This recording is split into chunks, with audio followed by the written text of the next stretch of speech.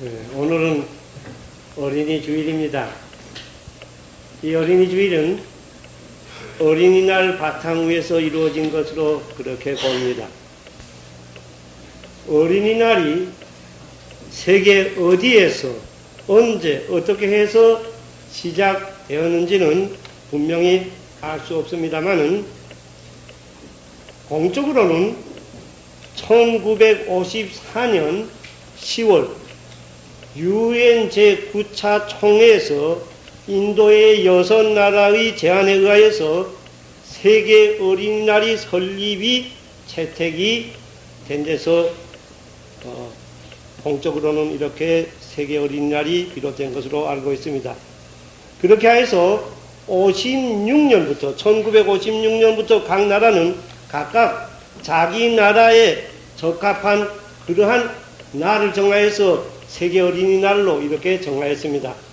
인도는 기록에 의하면 11월 4일을 세계 어린이날로 정하였고, 영국은 3월 첫 월요일을 어린이날로 정하였고, 미국은 5월 1일을, 그리고 소련은 6월 1일을 이렇게 정하는 듯 그 각 나라마다 정해지는 날이 달랐습니다. 그러면 우리나라는 어떻게 되느냐? 우리나라의 어린이날에 대해서 좀 살펴본다고 하면은 우리나라 어린이날의 시작은 대체로 다음과 같은 줄로 압니다. 1923년에 천주교, 캐톨릭 천주교의 소년회를 중심으로 해서 어린이 운동이 선구자였던 소파 방정환 선생의 지도 아래에서 5월 1일 그 기념일로 정하여서 시작된 것이 이것이 시작인 줄로 압니다. 그 위에 이것이 계속되다가 일제시대 일제의 탄압에 의해서 일제의 후기에 와서 일제의 탄압에 의해서 중단이 되었습니다. 해방 이후에 1946년 국가의 법령에 의해서 5월 5일 단오절이 되겠습니다만 단오절을 이것을 어린이날로 이렇게 개정을 하여서 오늘날 이렇게 내려오고 있습니다. 이 어린이날은 어린이의 건전한 성장, 어린이의 건전한 장래를 위하여서 그 건강이라든가 그 행복을 축복하기 위해서 국가적으로 제정한 것이다. 그렇게 우리들이 볼 수가 있습니다.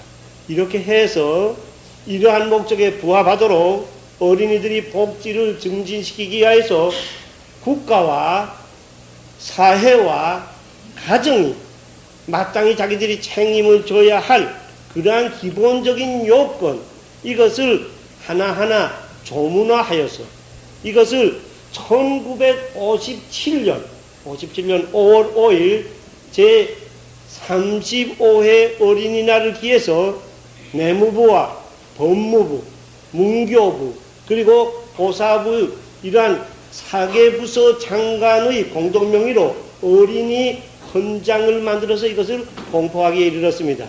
이 어린이 헌장은 1항에서부터 9항까지 9항까지 이렇게 되어 있는데 결국 그 안에 있는 조목조목 이렇게 어린이들에 대해서 어린이의 복지를 향하여서 어린이들의 건전한 성장을 위하여서 씌워졌습니다만 결국 어린이들이 몸과 마음을 귀히 여기고 옳고 아름답고 씩씩하게 자라나도록 힘써야 한다는 그와 같은 것이 그 안에 큰 대목을 차지하고 있는 줄로 압니다. 우리가 더 말씀드릴 필요도 없이 국가의 장래는 전도는 어린이들이 건전한 성장에 달려있다. 이렇게 말해도 이것은 과언이 아닌 줄로 압니다. 그래서 우리나라에서도 내일을 보다 더 밝고 맑고 좋은 나라로 좋은 삶으로 만들기 위해서 정치적인 모든 문제, 경제적인 모든 문제, 문화적인 모든 문제, 기타 국가적인 총력을 기울여서 여기에 매진하고 있는 줄로 압니다. 그런데 내일의 희망이요, 내일의 등불이라고 볼 수 있는 이 어린이들에 대한 이 어린이의 올바른 성장에 대한 이와 같은 것은 하나의 행사가 아니라 실질적으로는 어떠한가?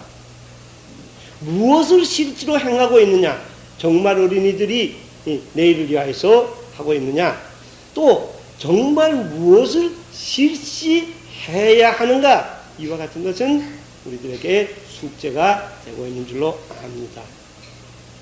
어떤 기록에서 본 것입니다마는 어린이 교육, 특히 어린이의 기독교 교육에 관한 두 가정의 그 좋은 대조를 보기로 든 것을 보았습니다마는 그것을 여기에서 한번 오늘 어린이날이어서 소개해 보고자 합니다. 그 문헌에 의하면은 뉴욕의 맥스 주크스라는 그러한 분이 살았다고 합니다. 맥스는 막스겠습니다. 막스 주크스라는 그러한 분이 거기에 살았는데 이 사람은 기독교 교육, 특히 어린이들의 기독교 교육이라든가 이런 거 별로 중요하게 여기지 않았다고 합니다. 이거 별로 중요하게 여기지 않았기 때문에 배우자를 선택할 때에도 자기와 견해가 비슷한 그런 거 별로 중요하게 여기지 않은 그런 분과 더불어 결혼을 했다고 합니다. 가정을 이루어가지고 많은 시간이 지나서 그 두 사람으로서 나온 후손이 통계에 가면 이것을 기록할 때 아마 무렵일 겁니다. 1026명에 이르렀다고 합니다. 그 후손이 1026명. 그런데 그 후손 1026명을 분석하여 보니까 평균 13세에 와서 벌써 그 중에서 약 300명이 교도소로 갔다 그럽니다. 그러니까 이거 기독교 교육이라는 거, 더구나 미국에서 기독교 교육은 매우 소중하고 다 받는 쪽인데 이것은 별로 하지도 않았다 이제 그렇게 되는 겁니다. 300명이 교도소로 갔다 그럽니다. 그리고 190명이 창녀가 되었답니다. 창기가 되었다고 이렇게 기록에 써 있습니다. 그 다음에 100명이 술주정꾼이 되었다고 이렇게 합니다. 그래서 교도소에 가고 이렇게 국가에다가 해를 끼친 거 이것을 계산해 보니까 그 후손들이 이것을 기록하던 그때 당시에 600만 불 이상 국고에 신세를 지게 되었는데 국가에다가 공적으로 기여한 것은 없다. 이렇게 거기에 기록되고 있습니다. 또 한 가정 이것과 좋은 대조가 되는데 같은 곳에 같은 뉴욕에 요나단 에드워즈라는 사람이 살았다고 합니다. 요나단 에드워즈라는 사람이 살았는데 이 사람은 기독교 교육, 어린이들의 특히 기독교 교육에 대하여 매우 관심이 많고 이것을 중요히 여겼다고 합니다. 그렇기 때문에 자기의 배우자를 선택할 때도 그것을 중요하게 여기는 그런 분과 결혼을 했다고 합니다. 또 많은 시간이 흘러서 거기에 후손이 729명에 이르게 되었는데 729명에 이르게 되었는데 그것을 이제 분석하여 보니까 300명이 그 중에 300명이 목사가 되었다고 합니다. 목사가 되고 그리고 65명이 교수가 되고 13명이 대학교 총장이 되고 60명이 저술가가 되고 3사람이 국회의원이 되는데 글쎄 여기 보니까 참 놀라워요. 1명이 이 부통령이 되었다고 합니다. 미국의 부통령. 그리고 그들의 그 후손들이 국가에 기여한 것은 매우 크다. 이런 기록을 보았습니다. 저는 이것을 보면서 이것은 특별한 복이다. 아주 대조되는 특별한 복일 것이다. 이렇게 느껴봤기는 했습니다만 또 그런 면이 없지 아니라고 이렇게 여겨지기도 합니다만은 이러한 것 하나, 이것을 가지고서도 또 다른 우리들이 보기로 볼 수도 있겠습니다만 어린 시절의 바른 교육, 어린 시절에 특히 바른 기독교 교육이 얼마나 중요하다는 것, 이것을 알 수 있는 줄로 압니다. 저는 조금 전에 국가의 전도는 어린이들이 건전한 성장에 달려있다 이런 말씀을 드렸습니다만 좀 더 좁혀서 좀 더 구체적으로 명확히 말씀드린다고 하면 국가의 참 바람직한 전도라는 것은 국가의 진정한 융성이라는 그와 같은 것은 이것은 신앙의 인간의 하나님 앞에서의 신앙의 자각, 인간의 하나님 앞에서의 신앙의 각성에서 오는 것이다. 그렇게 보여지게 됩니다. 성경은 또한 우리에게 그렇게 말씀하고 있는데 이와 같은 신앙의 각성, 이와 같은 신앙의 자각은 자체로 큰 넓은 면에서 보아서 큰 줄거리로 보아서 어린 시절의 바른 교육, 어린 시절의 바른 기독교 교육에 그것이 매우 크게 관련이 된다. 이렇게 말씀드릴 수 있는 줄로 압니다. 제 자신의 조그만 경험을 말씀드려서 괜찮은지 모르겠습니다만 한 가지 잠깐 이것과 관련들어서 말씀드리겠습니다. 저는 스스로 정말 부족하다고 그렇게 느끼고 있습니다. 인사가 아닙니다. 그렇게 느끼고 있습니다. 그러면서도 저는 항상 드리는 말씀입니다만 선포하는 말씀은 그건 진리라고 생각합니다. 참 진리라고 생각합니다. 그대로 받아들여야. 이 말씀이라는 제가 여러분들에게 하는 말씀이 아니에요. 성경에 있는 말씀을 선포하고 저부터 그것을 받아야 됩니다. 그대로 받으면 살고 안 받으면 죽는다고 그렇게 생각하고 그 말씀은 진리라고 생각하고 저 자신은 정말 참 부끄럽고 하나님 앞에 얼굴을 들지 못한다 이렇게 이제 생각하고 있습니다.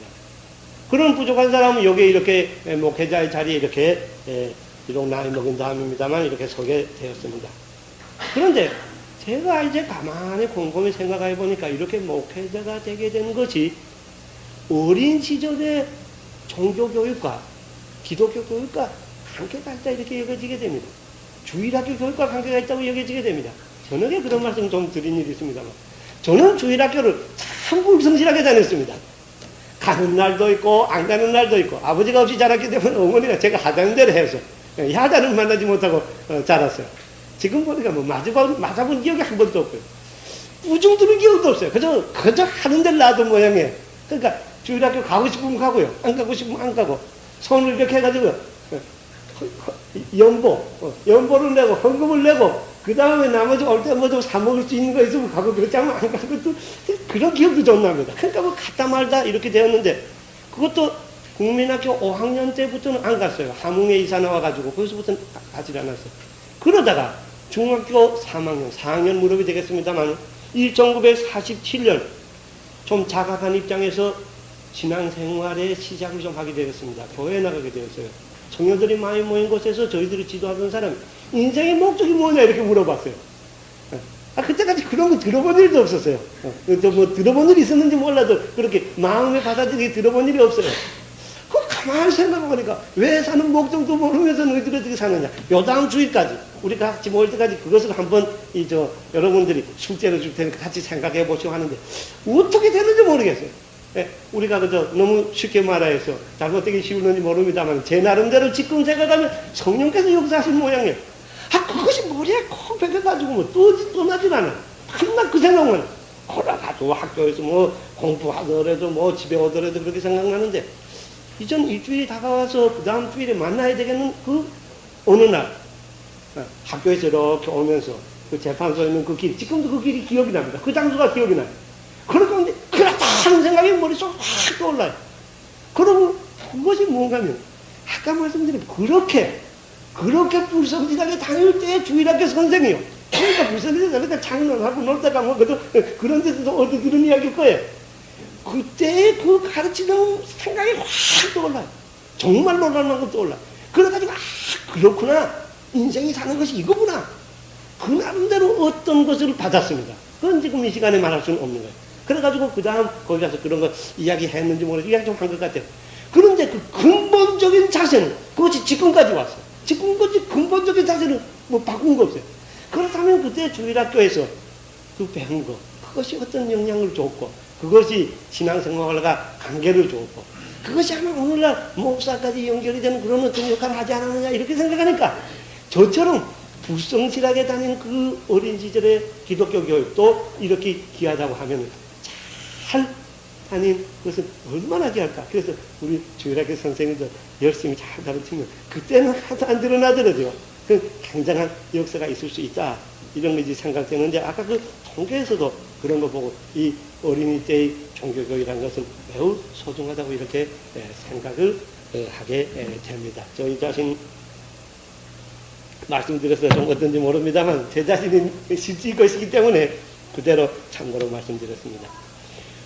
오늘 우리가 봉독한 것은 사무엘상 1장 9절에서부터 28절까지 좀 길게 봉독했습니다.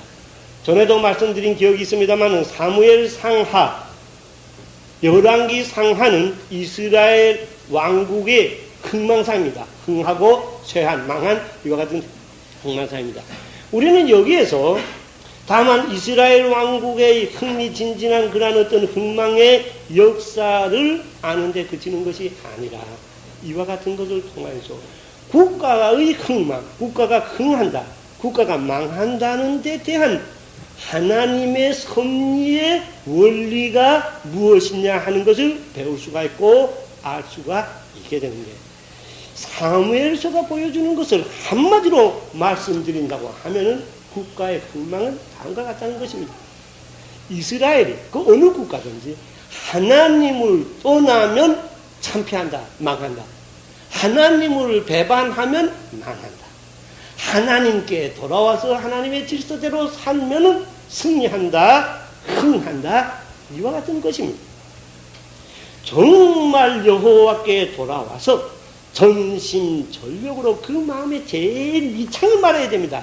바깥에 조금 이렇게 나타나는 건 아니에요. 그건 뭔지도 모릅니다. 그 미창의 가장 밑에 있는 그 마음이 뭐냐는 것을 하나님 보시는데 그것이 어느 쪽이냐 하는 것을 밝히기 위하여서 사탄과의 내기를 한 것이 그 욥기가 아니에요.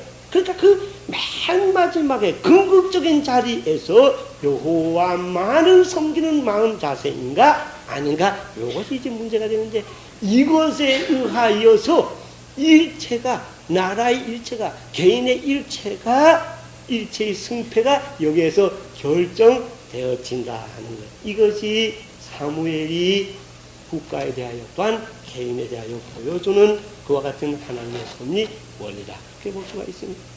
다만 이것뿐이에요. 그런데 이것은 무서운 진리입니다. 무서운 사실입니다. 그 이후에 세계의 역사, 성경 안에서의 역사를 보면 이것이 얼마나 그대로 이루어지는, 본질적으로 그대로 이루어지는 사실인가, 이것을 무서운 진리인가, 이것을 우리들은 깨닫게 됩니다. 국가의 존망, 흥하느냐 망하느냐 하는 이런 위기에 이스라엘이 처하였을 때 오늘의 주인공 사무엘은 분명히 일어나서 바로 이 원리로, 지금 말씀드린 이 원리, 이 진리를 온 국민에게 밝히고 온 국민으로 하여금 그의 말을 따르도록 그렇게 영향력을 주었고, 그리고 이 진리로서 실제 국가를 멸망의 위기에서 구출한 것을 우리들은 사무엘서에서 볼 수가 있습니다. 오늘의 우리들의 제목은 사무엘은 어떻게 하고 이렇게 붙였는데, 국가의 위기에 처했을 때 사무엘은 어떻게 일어나서 이 위기에서 국가를 구출하게 되느냐, 이렇게 위기에서 구출한 사무엘은 어떻게 하여서 탄생이 되었느냐, 사무엘은 어떻게 하여서 어떠한 방법으로 어떻게 양육이 되었느냐, 교육을 받았느냐, 이와 같은 것을 나머지 시간 잠깐 생각하여 보고자 합니다.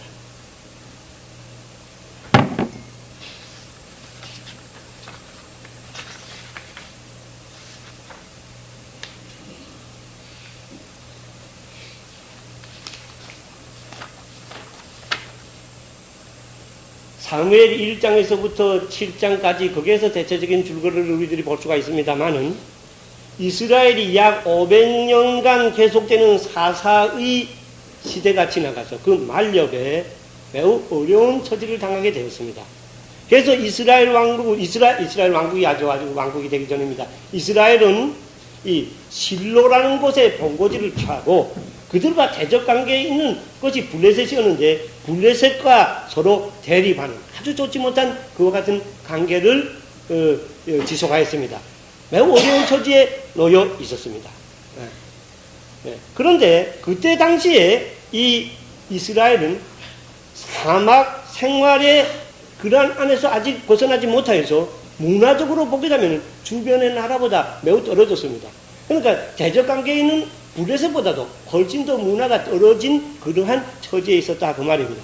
문화가 발달하니까 무기도 더 발달한 무기를 가지고 있게 되는 것이 그것은 자연적인 현상입니다. 그러니까 블레셋은 보다 더 좋은 무기를 가졌습니다. 또한 군사적인 면에서 보게 되면 블레셋은 더 좋은 무기를 가지고 수백 수천의 다소의 대열을 짜는 그와 같은 요즘 말하면 어떤 작전 이와 같은 것도 훈련되고 있는 이와 같은 군대를 가지고 있고 전차 기병을 가지고 있어서 양쪽이 서로 군사적인 면에서는 비교가 서로 되지 않았습니다. 이러한 국력이 이렇게 차이가 있고 군사력이 이렇게 차이가 있는 것이 서로 좋지 못한 사이로 이렇게 대적하고 있어서 참 어려운 처지에 국난의 위기에 처하게 되었다. 이렇게 이제 볼 수가 있겠습니다. 그런데 사무엘 1장에서부터 3장에 보면 이와 같은 어려운 처지에 놓였을 때 하나님께서는 그 국난을 대비해서 하나의 대책을 강구해 주셨습니다. 그런데 그 대책이라는 것이 적이 그렇게 막강한 군사력을 가지고 있으니까 이쪽에서도 군비를 가지고 확장을 하고 강화한다든가 이러한 것으로 대하는 것이 아니라 그런 것으로 대하지를 않았습니다. 다른 방법으로 여기에 대해서 대비하였습니다. 그 다른 방법으로 대비한 건 전에도 우리들 한번 살펴본 바입니다만 그것은 보면 하나의 인물을 여기에다가 길러주셨다는 것입니다. 그 하나의 인물이 오늘은 사무엘이 되겠습니다. 그는 어떻게 기름을 받았고 출생하였고 어떻게 양육되었느냐 그것은 이따가 조금 보겠습니다. 이렇게 해가지고 이스라엘 쪽에는 하나의 인물이 여기에서 지금 양육이 되었습니다. 준비가 되었습니다. 이런 좋지 못한 관계가 오래 계속되어다가 마침내 사무엘 상 4장에서 볼 수가 있습니다만 싸움이 벌어졌습니다. 그럼 뭐 싸움이 붙자 그건 블레셋이 이기는 것은 당연한 이치였습니다. 첫 접전에 4,000명이 군사를 죽였습니다.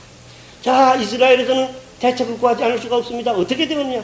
군사적으로 보니까 도저히 접수가 되지를 않아요. 그러니까 이스라엘 사람들은 모여가지고 어떻게 하면 되겠는가? 이 국리 저 국리 나오는 안에서 과거의 자기들의 조상을 생각하게 되니까 모세가 어려움을 당했을 때는 그때는 어떻게 되느냐? 언약궤, 법궤를 앞에 세우고 싸우니까 그때 이겼다. 우리들도 그러면 그렇게 하자. 이렇게 해서 군사력에다 의지할 것이 아니라 하나님과의 관계에 의지하자. 이렇게 해서 이제 거기에서 법궤를 진지에 전제까지 모셔왔습니다. 그래가지고 법궤를 가지고 이제 싸움을 하자고 한 것입니다. 성경에서 보면은 군사력만 의지하지 않고 하나님과의 관계에서 이것을 처리하고자 한 것은 원리적으로 맞는 일입니다만 하나님과의 관계를 그저 법궤나 갖다 놓으면 그것을 앞에 놓으면 이긴다 한 것은 이것은 잘못된 것이었어요. 하나님을 믿고 하나님의 직사에서 살아야 되는데 그것을 하지 못했기 때문에 여기서 이제 문제가 있어서 이 법궤를 가지고 이제 다시 또 싸움을 했습니다. 싸움한 결과는 여기에서 3만여가 살육을 당했습니다. 이스라엘이 여기서 전패했습니다. 아주 뭐 참패를 했어요. 3만여가 죽었습니다. 그리고 하나님의 법궤를 적에게 빼앗겨버렸습니다. 여러분들 다 아시는 것처럼 빼앗겨버렸습니다. 그러니까 이제 속수무책이 되었습니다. 군사면에서도 또한 하나님의 선민이라고 해서 법궤만 가지면 이긴다고 하던 그와 같은 것도 빼앗기고 이래서 이제는 뭐 멸망할 수밖에 없다. 의기소침한 이러한 상태에 놓이게 되었습니다. 이때에 하나님께서 준비해 두신 하나의 인물이 등장한 것입니다. 그것이 바로 사무엘입니다. 하나님이 준비해 두었다고 합니다만 또 다른 각도에서 보면은 하나님 앞에서 자가가에서 새로운 삶을 결단한 하나의 인물이 등장했다. 그것이 사무엘이다. 이렇게 볼 수가 있는 것입니다.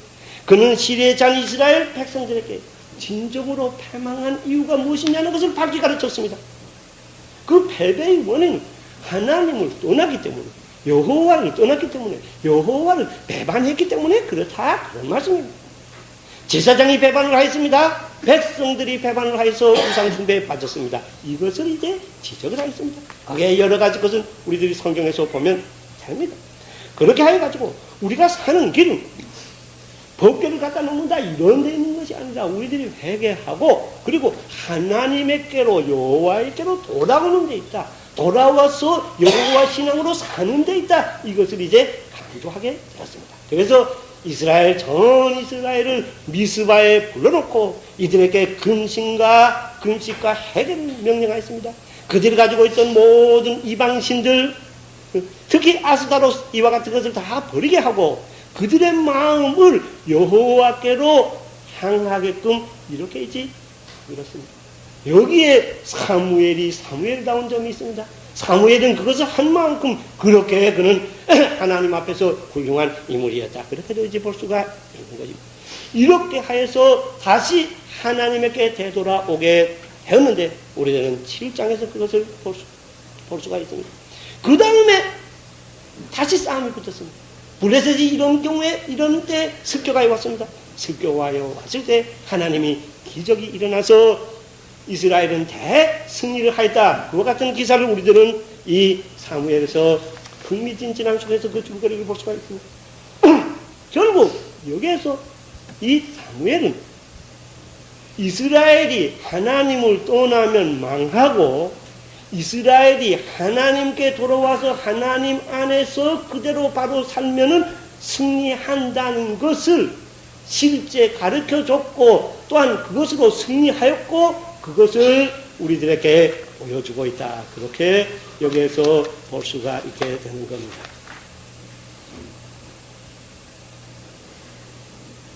이렇게 해서 이스라엘 위기는 정말 하나님을 믿은 하나의 인물 사무엘의 등장으로 말미암아 구출함을 받게 되었습니다. 그러면 나라가 어렵게 되었을 때 무력을 준비하지 않고 무력을 강화하지 않고 하나의 인물을 예비하였던 이 사무엘이라는 사람은 어떠한 인물인가? 어떻게 해서 탄생이 된 인물이냐? 어떻게 양육을 받은 인물인가? 언제부터 교육을 받은 인물인가? 이와 같은 것을 우리들이 좀 보고자 합니다. 사무엘이 물론 일반적인 현상을 보아서 다른 사람과 달리 태어난 것은 아닙니다. 우리들이 사람이 태어난 게 어떻게 태어나요? 남녀가 결혼을 하여서 하나님을 통해서 받은 유전인자에 의하여서 그 유전인자의 결합으로서 아이들이 태어나게 됩니다. 사무엘도 이방 사람과 똑같이 부모의 유전인자를 통해서 태어났습니다. 그러나 성경을 보면 사무엘의 경우에는 그 부모의 유전인자를 통하여서 태어났지만은 부모의 육적인 욕정에 의해서 잉태된 것은 아니라는 것을 우리들이 알게 됩니다. 하나님의 은혜에 의해서 받은 아이요 구원을 간절히 소망한 그 어머니의 간절한 기도에서 받은 아이라는 것을 알게 됩니다. 어떻게 해서 그러면 그렇게 되었다는 것입니까? 그것을 우리들이 간단하게 본다면은 에브라임 사람 엘가나라는 사람이 있었는데 그 엘가나라는 사람에게 아내가 둘 있었습니다. 그 하나는 여러분들이 다 잘 아는 이 한나요. 또 하나는 분인나입니다. 한나와 분인나인데 분인나에게는 자식이 있었습니다. 그런데 한나에게는 자식이 없었어요. 분인나는 세속적인 사람이었습니다. 한나는 신앙의 사람이었습니다. 그런데 분인나가 한나를 자꾸 약을 올려요. 괴롭혀요. 자식이 없다고. 하나님을 그렇게 믿고 열심히 그렇게 믿는데 어떻게 돼서 자식이 없느냐. 우리처럼 이렇게 살아봐라. 이게 자식도 있고 얼마나 행복하게 잘 사느냐. 이렇게 해서 그 아이가 없다는 것을 그것에서 오는 불행 이것을 자꾸 괴롭히고 우리 성경에 보게 되면 하나님께서 너를 아이들이 없게 하지 않았느냐 무작게 하지 않았느냐 거기에 대해서 격동하라 화를 내라 이러한 면까지 자꾸 살살 괴롭히고 못 살게 굴고 이러한 같은 것을 여기에서 우리들이 볼 수가 있어요. 성경에서 볼 수가 있어요. 그런데 이렇게 괴롭히는 것은 결국 뭘 하는가 하면 그렇게 그러니까 하나님의 그렇게 신앙의 인이 되지 말고 이 세상 우리들과 같이 이렇게 살자. 그러면 이제 아들도 낳고 딸도 잘 낳고 이 세상에서 잘 살게 된다 하고 이렇게 자꾸 말씀을 그렇게 자꾸 말을 해서 그를 괴롭힌 것은 결국 무엇인가 하면 한나가 가지고 있는 하나님과의 관계 한나가 가지고 있는 그 신앙을 흔들어서 하나님과의 관계를 이간시키고자 하는 것인데 궁극으로 들어가면 그 깊은 자리에서는 사탄의 역사가 있었다. 그렇게 볼 수가 있습니다. 어느 주회자는 이렇게 말합니다. 만일 이때 한나가 그 소리를, 분인나의 소리를 들었고 거기에 귀를 기울여서 자기의 신앙의 입장을 버리고 세속의 자리에 서게 되었다면, 그리하여 정말 그 분인나와 마찬가지로 아들, 딸을 낳고 이렇게 살게 되었다고 한다면 그는 많은 이 세상의 아들은 낳았을지도 모른다. 그러나 하나의 사무엘은 낳지 못하였을 것이다. 하나의 사무엘의 어머니는 되지 못하였을 것이다. 그리고 하나의 사무엘을 낳지 못하겠고 하나의 사무엘의 어머니가 되지 못하였다고 하면은 이스라엘의 운명은 그때 또한 큰 비참에서 벗어나지 못하였을 것이다. 이렇게 말하는 주회자도 있습니다. 이러한 안에서 1장 오늘 봉독한 안에서 10절과 11절을 제가 다시 한번 봉독하겠습니다. 한나가 마음이 괴로워서 여호와께 기도하고 통곡하며 서원하여 가로되 만군의 여호와여, 만일 주의 여종의 고통을 돌아보시고 나를 생각하시고 주의 여종을 잊지 아니하사 아들을 주시면 내가 그의 평생의 그를 여호와께 드리고 삭도를 그 머리에 대지 아니하겠나이다. 이렇게 하나님께 기도하는 것을 볼 수가 있습니다. 집에 가서 더욱 한번 자세하게 보시기를 바랍니다. 한나가 마음이 괴로워서 이러한 일을 당하였어요. 분인나의 이러한 조롱이라 그럴까, 이러한 것을 당하여서 그 마음이 괴로웠습니다. 그런데 그 괴로움은 어떤 괴로움입니까? 일반적으로 말하면 이제 그러한 데서 오는 괴로움이 됩니다만, 좀 더 깊이 본다고 하면은 하나님을 자기는 의지하는데, 하나님을 의지하는데도 불구하고 응답을 받지 못하는 데서 오는 괴로움이라 이렇게 볼 수가 있습니다. 하나님을 멸시하고 세속적으로 사는 사람에게는 자녀가 있는데 자기에게는 없다. 그리하여 이러한 근본적인 이 괴로움, 이 비애에 분인나의 자극은 더욱더 그것을 크게 하였다. 이렇게 이제 볼 수가 있습니다. 이러한 뼈아픔 속에서 그의 한나의 신앙이 맑으면 맑을수록, 깊으면 깊을수록, 크면 클수록 이러한 이 고통은 더욱더 느끼게 되겠는데, 이러한 고통 속에서 그는 하나님의 기도를 하는 것입니다. 지금 우리들이 본 거기만 보더라도 그는 간절히 기도하였습니다. 통곡을 하면서 기도를 하였습니다. 서원을 하며 기도하였습니다. 그 다음 좀 더 읽어보면 그는 오래 기도를 하였다고 이렇게 합니다. 이렇게 하여서 그 기도의 응답을 받아서 아기 사무엘을 얻게 된 것입니다. 이렇게 되니까 그 과정을 한번 보세요. 안나는 결사적이었습니다. 신앙이 순수할 만큼 더욱 결사적이었습니다. 그러한 자리에서 하나님 앞에 간구했습니다. 이러한 간구에서 얻은 아이였기 때문에 그것은 유전인자를 통하여서 사무엘이 태어났긴 하였습니다만 이 세상에 소위 육력적인 것이 개입할 수가 없는 그러한 안에서 태어났다. 그런 말씀입니다. 그렇기 때문에 사무엘은 어머니의 간절한 기도, 통곡하면서 하는 기도, 서원하면서 하는 기도, 오래 하면서 하는 그러한 기도에서 태어난 아기라는 것을 볼 수가 있어요. 여기에서 우리들이 살펴볼 것은 무엇입니까? 아기를 낳지 못하는 여자입니다. 보통적으로 말하면 아기를 낳지 못하는 여자예요. 그런 여인이 돼서 기적을 주시는 하나님을 믿고 하나님의 능력을 믿고 간절히 기도한 안에서 나왔으니 이것은 한나의 신앙에 의하여서 받은 아기다. 그렇게 볼 수가 있습니다. 사무엘은 그 어머니의 신앙에 의하여서 잉태하게 된 아이다. 이렇게 볼 수가 있습니다. 그 다음에 여기 보니까 그는 그 아기를 자기의 어떤 목적으로 자기의 아들로서 그렇게 하자는 것이 아니라 하나님에게 바친다고 그랬습니다. 하나님의 영광을 위해서 그는 그 아기를 바친다 그랬습니다. 아이의 일생을 하나님께 바친다. 이렇게 그 어머니는 서원하고서 얻어진 아이다. 그런 것을 볼 수가 있습니다. 이렇게 됩니다.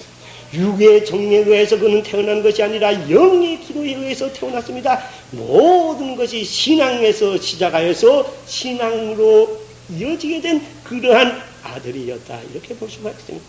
그 다음에 아들이 탄생 다음은 어떻게 됐어요? 어머니의 그 양육은, 그 교육은 대단했습니다.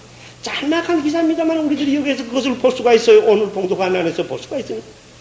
사무엘이 출생한 다음에도 아버지 엘가나는 가족을 데리고 매년 시로에 가서 여호와께 제사를 드렸습니다. 그러나 한나는 따라가지를 않았어요. 자기 남편에게 나라에서 허락을 받고 집에 남아서 조용히 사무엘의 양육에 전신 전력을 다했습니다. 이제 이 어린아이가 이 아이가 젖을 떼게 되면은 하나님께 바쳐질 아이다. 이렇게 본 그 어머니는 이렇게 하나님께 바쳐질 이 아이에게 1점이라도 조금이라도 티가 있어서는 안 된다. 이렇게 마음을 먹고서 하나하나의 양육을 기도로서 그리고 어머니의 절대적인 사랑에 하나님께서 주시는 그러한 하나님께서 감화되는 그러한 사랑을 가지고서 최선의 주의와 최선의 노력을 기울여서 이 아이의 양육에 임하는 것입니다. 성전에 올라가지도 않고 이 아이의 양육에 임하였습니다. 경건한 그 헌신적인 한나의 모성에 이것이 결과적으로는 어떻게 되었느냐? 이스라엘의 위기를 구하는 것이 되었다. 이것을 우리들이 볼 수가 있습니다. 그 다음에 젖을 뗀 다음에 어떻게 됐습니까? 젖을 뗀 다음에 이 아이 사무엘을 데리고 올라가서 시로에 가서 수소 3마리를 잡으면서 제사를 드리고 이 아이를 평생 하나님에게 바쳤습니다. 하나님의 집에서 이 아이는 연로하신 제사장 엘리에 의해서 양육을 받았습니다. 교육을 받았습니다. 이렇게 해서 성장을 하여서 이 사무엘은 아까 말씀드린 전국이 그렇게 위험한 속에서 백성들이 그러한 미신에 흘러간 그러한 속에서 이 나라를 구할 수 있는 이런 이인이 될 수가 있었다는 것을 이 기사에서 우리들은 보게 됩니다. 여러분, 오늘은 어린이 날입니다. 그리고 어린이 주일입니다. 우리 각자에게 다 자식들이 있습니다. 대체로는 그런데 우리나라는 어때요? 여러분들은 어떻게 봅니까? 저는 제가 틀리기를 바랍니다만 신경 가민이 되어서 그런지 블레셋 하나님께서 한나의 사무엘을 준비하던 그때는 아주 전쟁이 일어나기 전이죠. 준비하던 그 당시에 블레셋과 이스라엘 관계 그런 관계에서 이스라엘이 어려움을 당하고 있는 앞으로 어려움이 오리라고 있는 그러한 위기에 못지지 않는 그와 같은 위기가 우리의 지금 현실이 아닌가 그렇게 보여지게 됩니다. 어떤 의미에서 우리나라는 바람 앞에 등불과 같다 그렇게도 보여지기도 합니다. 그렇기 때문에 우리에게 필요한 일이 많을 거예요. 우리들이 해야 할 일이 많을 거예요. 정부도 그래서 하자고 하고 학생들이 데모하는 것도 그래서 하자고 하고 사방에서 모두 그 나름대로 뭔가 우리들은 하자고 합니다. 힘써야 할 일이 많은 줄로 압니다. 그러나 오늘의 성경과 관계되어서 또 오늘 어린이날 어린이 주일에 우리들이 한번 생각하여 볼 것은 무엇보다도 요기한 것은 사무엘의 양성이 아닌가 이렇게 이제 보여지게 됩니다. 그리고 이 사무엘의 양성에 있어서 가장 좋은 방법은 어린 시절부터의 교육이다. 어린 시절부터의 양육이다. 그렇게 이제 볼 수가 있습니다. 우리가 거회적으로 국가적인 차원에서 볼 때 거회적으로 구체적인 면에서 힘써야 할 일도 그러한 점이 있지 않는가 이렇게 이제 여겨지게 됩니다. 교육이 문제다 그렇게 됩니다.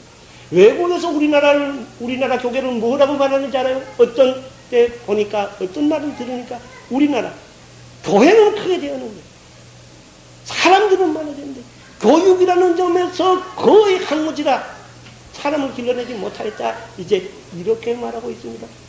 이 해방 이후에 교회가 이렇게 팽창하는 그 일면에 교육에다가 열을 올렸다고 하면 그래서 정말 기독교 교육을 제대로 받은 성경의 교육을 제대로 받은 그러한 인물들이 자라나서 지금 교회를 자리 잡고 있다면 우리 오늘나라 같은 것은 아닌 줄로 압니다. 우리 교회가 힘써야 할 일도 그런 줄로 압니다. 각 가정이 힘써야 하는 것도 그런 줄로 압니다. 각 신도님들 어머니를 중심해서 아버지도 힘써야 하는 일이 이런 줄로 압니다. 지금도 늦지는 않은 것 같아요. 하나님을 믿고 근본적인 자리에서 우리들은 이 사무엘에게서 배우면서 새로운 소망을 가지고 우리들은 이러한데 임해야 하는 줄로 그렇게 해서 오늘 어린이 주일을 맞이해서 어린이날을 맞이해서 하나의 사무엘을 낳도록 하나의 사무엘은 한 사람만 나타나는 것이 아니죠. 하나의 사무엘 모든 가정 여러분들의 가정에 그 끔찍하게 여기는 소중한 그 아들이 다 하나의 사무엘이 된다면 모두가 사무엘이 된다면 얼마나 좋겠어요. 그런 의미에서 하나의 사무엘입니다. 하나의 사무엘을 낳도록 한나처럼 이렇게 기도를 하고 한나처럼 이렇게 힘써야 한다. 우리 안에서 이러한 일이 있었으면 좋겠다. 있도록 힘써야 되겠다. 이런 것을 생각해 봅니다. 하나의 사무엘을 양육하도록 하나의 사무엘을 교육하도록 이를 위하여서 기도하고 이를 위하여서 힘써야 하는 줄로 압니다. 우리 교회가 그렇고 가정이 그렇고 각자가 그러한데 특히 어머니들 또 다른 면에서 아버지가 그렇게 해야 할 줄로 압니다. 하나의 사무엘을 진리에 하나님에게 바칠 수 있도록 이렇게 기도하려고 힘써야 될 줄로 압니다. 정말 진리의 사람, 진리에 그대로 따라가는 사람, 이렇게 되도록 자기의 자녀를 그렇게 기르도록 우리들은 기도하고 그렇게 기르도록 우리들은 힘써야 된다. 그런 말씀이 되겠습니다. 여인들은 보통 약하다고 합니다. 그러나 신앙에 의해서 아들을 낳고 오늘 한나가 신앙에 의해서 아들을 낳고 그 신앙에 의해서 아들이든 딸이든 아이를 낳고 그 신앙에 의하여서 아이를 양육하고 교육함으로써 나라를 구하는 자가 되었습니다. 무력을 가지고 구하지 못하고 지혜를 가지고 구하지 못하고 어떤 체격을 가지고 구하지 못하고 그 무엇으로도 구하지 못하였는데 이 한나는 나라를 구하는 그러한 존재가 되었습니다. 여러분 이스라엘 여자들은 과거에 그랬다 그러죠. 지금도 하나님을 믿지 않는 예수를 믿지 않는 이스라엘 여자들은 아기를 잉태하게 됩니다. 이 아이가 구세주가 아닌가? 이 아이가 구세주가 아닌가? 이렇게 여긴다죠. 여러분 우리도 이제 여기 갓 결혼한 분도 있죠. 결혼하고 얼마 안 돼서 아이를 가진 분도 있죠. 또 이제부터 낳을 분도 있죠. 지금 낳은 아이들도 있죠. 크냐 어리냐 나이 많으냐 문제가 아닙니다. 이와 같은 면에서 내 아이가 나에게 주어진 이 아이가 정말 이 나라를 바로 살릴 수 있는 그 아이가 될 수가 없겠는가. 그 아이가 되도록 이렇게 기도하며 이렇게 양육에 힘쓴다고 하면 여기에 나라를 구원하는 그러한 존재가 될 수가 있다. 그 말이에요. 여러분 한나가 기도할 때 그런 사무엘 같은 아이를 낳는다고 그렇게 눈에 딱 보여줘서 기도한 것이 아닙니다. 그때는 아이 낳지 못하는 여자였어요. 그런데 열심히 믿고서 기적을 믿고서 기도하였습니다. 여러분 우리도 이제 기적을 믿고 자기의 자녀들이 이 나라를 구하는 자가 되어지리라 하나님의 축복으로 되어지리라 하고서 어머니 앞에 이 한나처럼 이렇게 기도하고 아버지가 거기에 그나름대로 보조를 마치고 이렇게 하여야 되는 줄로 압니다. 그렇다고 하면 지금도 믿잖아요. 풍전등화가 튄다마는 그러한 존재가 있는 한 그러한 싹이 보이는 한 하나님께서는 지켜주실 것이에요. 지금도 그러한 사람이 있을 것입니다. 그러나 설사 최악의 경우를 우리들이 가정하여서 없다고 할지라도 그러한 결단이 여기에서 이루어지고 그러한 결단 하에 하나님 앞에서 걷는 그러한 어머니가 있다고 하면 그러한 여성이 있다고 하면 하나님께서는 지켜주실 것이에요. 20년을 지켜주실 것이에요. 30년을 지켜주실 것이에요. 그리하여 20년 후에라도 30년 후에라도 이 나라는 참된 사람에 의해서 인도되고 참된 사람 위에서 존재하고 참 진리 위에서 승리할 수 있는 그러한 나라가 된다고 이렇게 여겨지는데 우리 어린이날 맞이해서 특히 어머니들 또한 아버지들 아이들에 대한 자기 아이들 더 넓이 보면은 우리 남의 아이 자기 아이 어디에서 다 하나님의 자녀인데 이 아이들에 대해서 지금까지의 무관심을 하나님 앞에서 뉘우치면서 새로운 마음으로서 아이들을 기르고 또한 그렇게 할 수 있도록 기도하고자 합니다. 같이 기도드리겠습니다. 하나님 아버지 감사합니다. 오늘 이렇게 우중이지만 우리에게 다 모여서 우리 서울교회 지체들이 모여서 한마음 한뜻으로 아버지 앞에 예배 드릴 수 있게 해주신 것을 감사합니다. 오늘은 또 어린이 주일입니다. 또한 어린이 날입니다. 이 귀한 날을 맞이하여서 오늘 우리들은 어린이들의 귀함과 또한 어린이들의 바른 교육이 얼마나 하나님 앞에서 소중한가 하는 것을 우리들은 사무엘을 통해서 배웠습니다. 오늘 여기에서 말씀되어진 하나하나가 성령의 역사로 각자의 마음속에 살아서 역사하여서 어려운 처지에 놓여있는 지금의 우리나라가 블레셋의 그 대적 관계를 앞에 놓고 어찌할 바를 모르는 그러한 위기에 처해있던 이스라엘에 멋지지 않는 이런 풍전등화 같은 어려운 처지에 있는 우리나라가 하나님께서 한나의 사무엘을 예비하여 두듯이 우리나라에도 그러한 사무엘이 이곳저곳에서 일어날 수 있도록 축복하여 주시옵소서. 우리 이 땅은 완전한 절대의 땅이 아니어서 한 면만 보게 됩니다. 하나님께서 그렇게 하여 주시는 것, 이것이 사실입니다. 또한 우리의 이 땅에서 우리들이 사는 표준에서 본다면 우리 자신이 지금 이 순간 하나님 앞에서 어린이날을 맞이하여서 우선 어머니, 자기 자신, 아버지가 자기 자신, 또한 좀 더 크게 자기의 가문의 자녀들을, 이 나라의 자녀들을 하나님의 자녀로서 보면서 그러한 사무엘이 태어난 그러한 안에서 태어날 수 있게 하여 주시고, 사무엘이 양육을 받은 그러한 안에서 양육하는 어머니요 아버지요 우리 국민들이 되어서 정말 이 나라의 앞날이 소망이 있는 이러한 좋은 결단이 있을 수 있도록 축복하여 주시옵소서. 교회도 가정도 개인도 여기에 새로운 결단이 있게 하여 주시옵소서. 우리 주 예수 그리스도 이름으로 무지하여 기도드리옵나이다. 아멘.